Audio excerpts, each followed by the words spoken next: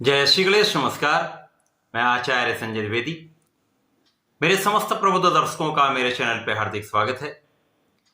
प्रिय दर्शकों, आज मैं कुंभ राशि का फरवरी माह का मासिक राशिफल लेकर आपके सम्मुख उपस्थित हूं। फरवरी माह में जो परिवर्तन होने वाले हैं, जो ग्रहों की स्थितियां हैं, वो इस माह में आपको कितना लाभ देने जा रही हैं। इस माह में स्वास्थ्य, शिक्षा, ज्ञान का भाव कैसा रहेगा, आपका कर्म क्षेत्र कितना प्रबल रहेगा, भाग्य का कितना साथ मिलेगा, लाभ की कितनी वृद्धि होने वाली है, धन का कितना लाभ आपको मिलने वाला है। इसके साथ ही साथ यदि कहीं पर कोई अवरोध या समस्या है तो उसका क्या निराकरण, संपूर्ण विश्लेषण मैं पूर्ण तरीके के साथ करने जा रहा हूं। प्रिय दर्शकों, इस राशिफल को आप अपने लग्न तथा राशि दोनों के अनुसार देख सकते हैं। कुंभ राशि के लिए यदि हम अवलोकन करें तो लग्न में ही शनिदेव का गोचर चल रहा है, जो अत्यंत प्रबल अवस्था में है। द्वितीय भाव में राहु के साथ शुक्राचार्य गोचर करना प्रारंभ कर चुके हैं। आपके चतुर्थ भाव में गुरुदेव बृहस्पति का गोचर चल रहा है। पंचम भाव में मंगल का गोचर चल रहा है। आपके लिए अष्टम भाव में केतु हैं। आपके द्वादश भाव में सूर्य और बुध का युति प्रभाव चल रहा है। इस माह का पहला परिवर्तन गुरुदेव बृहस्पति का है, जब गुरुदेव बृहस्पति वक्री अवस्था से मार्गीय अवस्था में आ जाएंगे। 11 फरवरी को बुध का राशि परिवर्तन आपके लग्न में हो जाएगा, जहां पर आपकी स्थिति अत्यंत प्रबल हो जाएगी। इसके साथ ही साथ यहां पर 12 फरवरी को सूर्यदेव भी आपके लग्न में आ जाएंगे, तो लग्न में त्रिग्रही योग का निर्माण होने वाला है। इस माह का अगला परिवर्तन मंगल का है, जब मंगल 24 फरवरी को वक्री से मार्गी हो जाएंगे, तथा 27 फरवरी को बुध का पुनः परिवर्तन होगा, जब ये लग्न से निकलकर द्वितीय भाव में शुक्राचार्य तथा राहु के साथ गोचर करना प्रारंभ करें।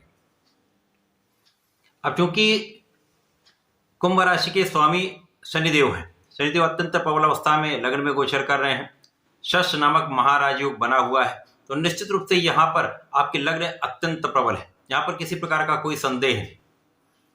अब जब लग्न प्रबल होती है तो ग्रहों का जो गोचर है यदि सकारात्मक है तो विशिष्ट लाभ प्राप्त होते हैं। इसके विपरीत में यदि कहीं पर कुछ कमी है तो उसमें बहुत बड़ी समस्या नहीं आती, आप उन समस्याओं का निराकरण कर लेते हैं। इस समय में जो ग्रहों का प्रभाव मिल रहा है, इस माह के प्रारंभ से ही यहां पर कुछ विपरीत राजयोग का लाभ भी मिलेगा। यहां पर कुछ ग्रहों के विशेष योग में होने से, जैसे गुरुदेव वक्री हैं, मंगल वक्री हैं, शनि वक्री हैं, इनका निश्चित रूप से अत्यंत सकारात्मक परिणाम आपको प्राप्त होगा। इस पूरे समय में आपका ज्ञान अच्छा रहने वाला है। जो विद्यार्थी गण है, प्रारंभिक समय में हो सकता है कुछ तनाव रह सकता है, आपको आत्मबल में कुछ कमी रह सकती है, परंतु आपको अपने पूर्ण मनोयोग से यहां पर अपने शिक्षा के क्षेत्र में लगे रहना है। लग्न में शनिदेव आपको कर्मठ बनाते हैं, आपको दृढ़ प्रतिज्ञ बनाते हैं, आपको संकल्पित बनाते हैं। तो कहीं पर यदि कुछ समस्या इस प्रकार की आ रही तो आपको अपने कार्य क्षेत्र में लगे रहना, अपने पढ़ाई के क्षेत्र में लगे रहना। यदि आप प्रयास करते रहते हैं तो सफलता मिलती ही है। आपके अंदर ऊर्जा का प्रवाह श्रेष्ठ रहेगा। ऊर्जा के सकारात्मक प्रवाह से आपको लाभ भी मिलने वाला है। इस समय शिक्षा प्रतियोगिता में सफलता भी मिलेगी। इस समय में आपको सकारात्मकता भी मिलेगी, परंतु कहीं ना कहीं मन का जो तनाव है उसको कम करने का प्रयास करें। सूर्यदेव को नित्य जल अर्पित करें, क्योंकि सूर्यदेव प्रारंभिक समय में 12वें भाव में होंगे। इस कारण से थोड़ा सा यहाँ पर यह भाव निर्बल होता है। इसी प्रकार से जो बुध हैं वो आपके 12वें भाव में है, परंतु यहाँ पर विपरीत राजयोग में है, तो कोई बड़ी समस्या नहीं है। यदि आप प्रयास करते रहते हैं तो सफलता भी मिलती रहेगी। संतान पक्ष बलवान रहेगा, संतान से लाभ मिलेगा। इस पूरे समय में आपका कार्य क्षेत्र बहुत अच्छा रहने वाला है। कार्य क्षेत्र में किसी प्रकार का कोई तनाव का योग नहीं, किसी प्रकार से कोई कष्ट का योग नहीं। यहां पर स्मूथली आपका कार्य क्षेत्र चलने वाला है। केवल आपको अपने कार्य को निष्ठा के साथ करना है, किसी कार्य को टालें नहीं। आज का कार्य आज संपूर्ण करें, कल पर यदि टालेंगे तो समस्याएं होंगी। तो यदि नियोजित ढंग से वेल प्लान्ड वे में आप काम करते रहते हैं तो कार्यक्षेत्र में किसी प्रकार का कोई कष्ट का योग नहीं, कार्यक्षेत्र में सफलता का योग है, कार्यक्षेत्र में प्रगति का योग है, कार्यक्षेत्र से धन का योग है। यहां पर वाणी को आप संयमित रखें। इस माह में निश्चित रूप से पूरे माह आपको बहुत संयमित रहना होगा। बोलने से पहले विचार करके बोलना होगा। यदि आप विचार करके बात करेंगे तो समस्या नहीं आएगी, परंतु परिवार के मध्य में आपकी वाणी के कारण ही कुछ तनाव या क्लेश की स्थिति बनती है। अब यहां पर शुक्राचार्य उच्च राशि में होंगे तो निश्चित रूप से बलवान स्थिति है। शुक्राचार्य शनिदेव के परम मित्र हैं और आपके लिए भाग्य के स्वामी, तो भाग्य के स्वामी धन भाव में है। निश्चित रूप से महाधन का योग बनेगा, धन की अधिकता होगी, परिवार का सहयोग मिलेगा, परिवार के मध्य में वृद्धि का योग है, परंतु कहीं ना कहीं जो राहु का दुष्प्रभाव क्लेश उत्पन्न करने वाला है वो भी होगा। तो यहां पर संयमित रहें, बोलने से पहले विचार कर लें।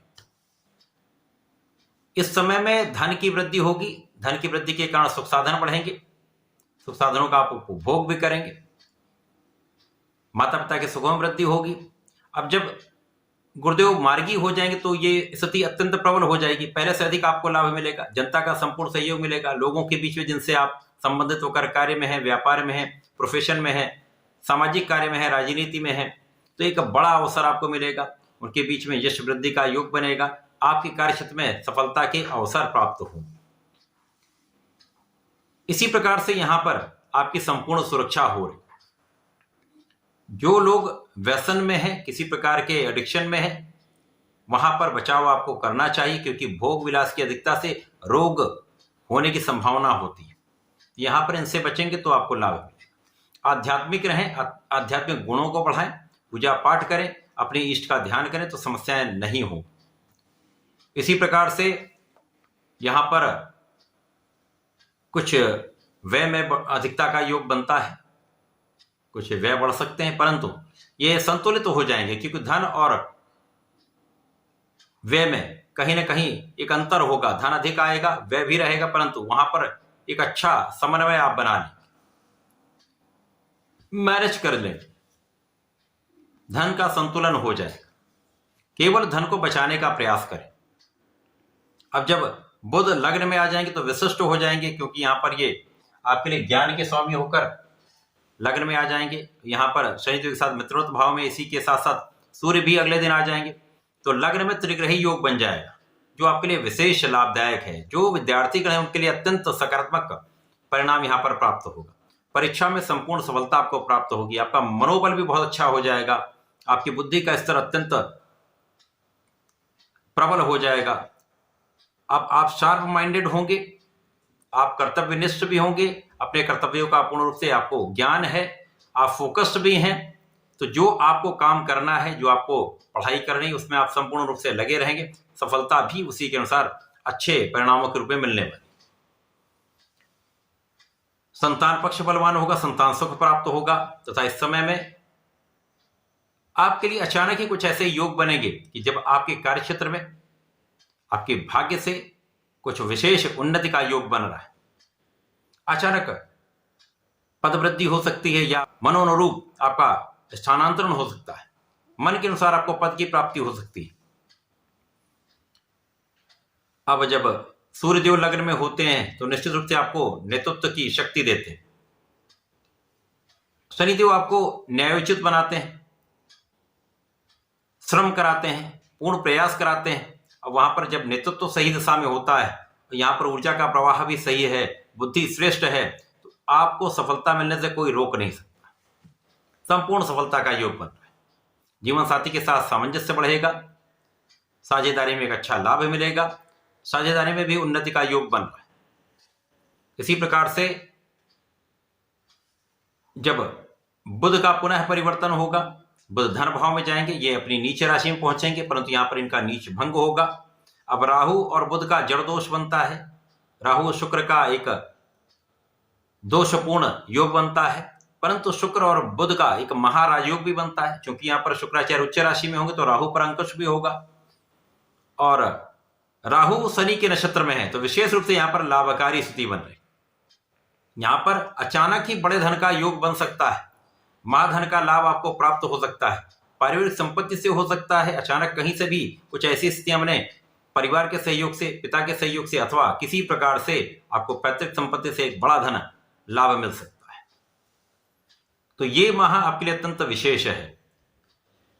अब जब बुध पहुंचेंगे तो वाणी भी आपकी पहले से बहुत अच्छी हो जाएगी, लेकिन पहले भी हमने कहा था, अभी भी हम कह रहे हैं कि आपको विचार करके ही बोलना चाहिए।